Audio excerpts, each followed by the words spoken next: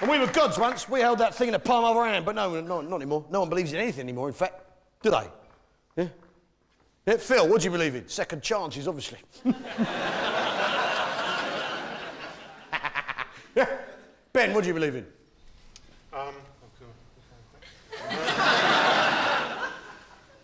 Evidence. Evidence? Yeah. Tricky way. Yeah, Guy, what do you believe in? Nothing, mate. Nothing, mate. Whatever, you know, Daddy. Cool. I like you, mate. You're a chancer. Hey. Yeah, I mean, it's difficult to know what to believe. Ludwig, what do you believe in? Luck. All right. Well, the problem is I think people don't believe in stuff anymore. I think that's a fact, right? Yeah. And I think we, the British, lately could do something to believe in, couldn't we, ladies and gentlemen? Yeah. We could do something to put fire in our heart, yeah? Passion in our belly, steel in our backbone, vision in our vision.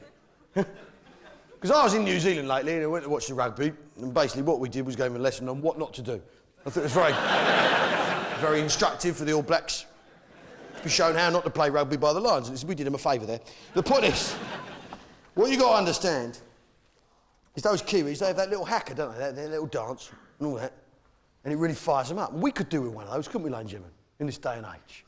Yeah?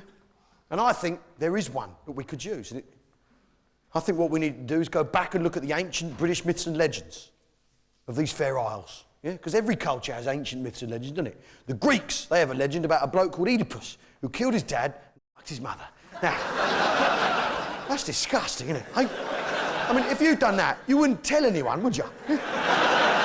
Let alone hope they were still talking about it in 4,000 years' time. I mean, ugh, that's what you did. What, Oedipus? You filthy fucking bastard.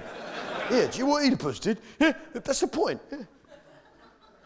And we have many ancient myths and legends in our culture, ancient Anglo-Saxon and Celtic myths that we've forgotten, that we've lost sight of over the years.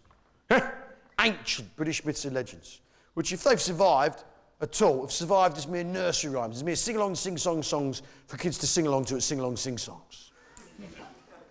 Trifles, nothings. But there is one ancient British myth and legend that I turn to in times of crisis. When I need passion in my belly, fire in my heart, steel in my backbone. And it's a story of someone who had a dream, someone who went for that dream, someone who got knocked back but didn't let that deter him, someone who dug in deep, waited for his moment, and triumphed. It's a story of someone with guts, grit, determination, courage, inner vision, self-discipline, personal strength. Someone who wasn't going to let life knock him back, someone who was going to bide his time, someone who wasn't going to get deterred by the fucking rubbish we encounter in this world, someone who's going to pursue his dream, see it through, and triumph. It's the story of the Churchill spirit, the bulldog breed, ancient British values that we need to turn to in times of crisis. And it is, of course, the ancient British myth and legend of the Incy-Wincy spider.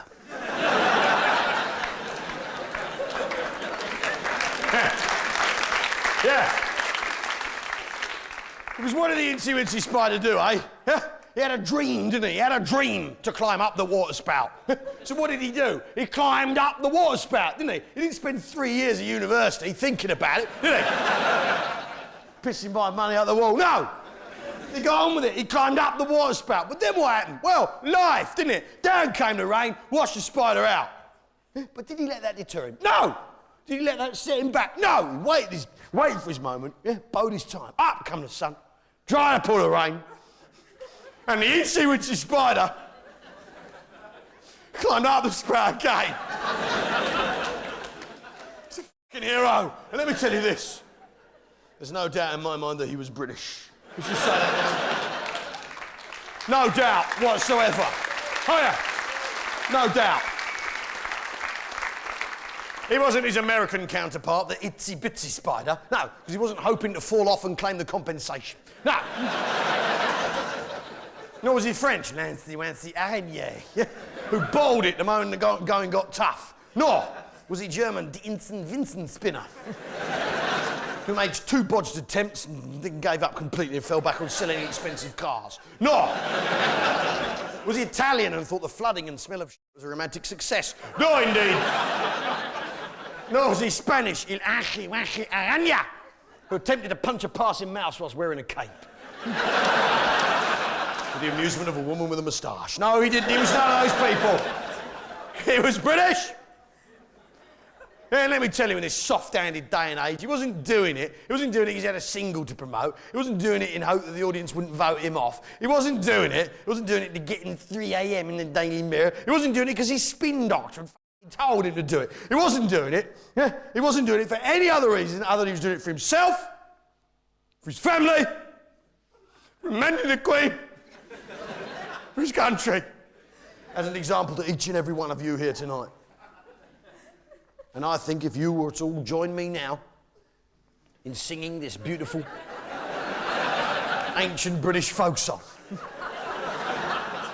then we, the decent, reasonable, sensible, normal, hard-working, law-abiding, tax-paying, reasonable, normal, tax-paying, law-abiding, reasonable, sensible, law-abiding people in this country who don't want to pay their speeding fines, regardless of how fast we may have been going the wrong way up a slip road, on the phone, no tax, no MOT, no seatbelt, eating a hamburger whilst receiving oral sex. Haven't you got anything better to do, officer? I think it's time for us to join together and sing this beautiful ancient British folk song, and then maybe you and me can get this country, Great Britain, to go up the spout again. I'm sure that's what you all want. So, here we go. I'm sure many of you remember the ancient ceremonial hand gestures that our forefathers used and our forefathers' forefathers in times of ancient worship.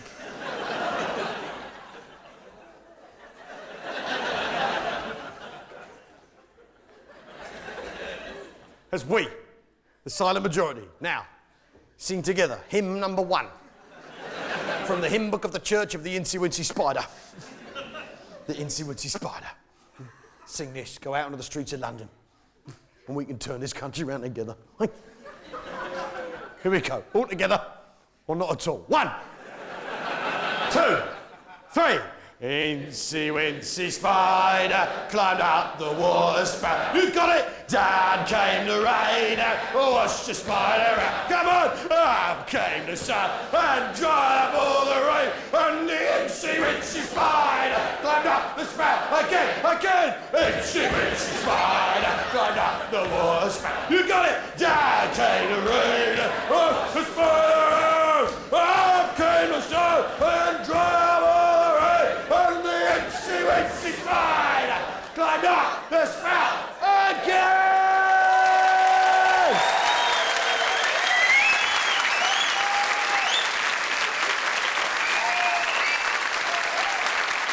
Thank you very much. My work is done here. You've been a pleasure to drink with. Please take your glasses. That's a lot. Cheers. Thank you.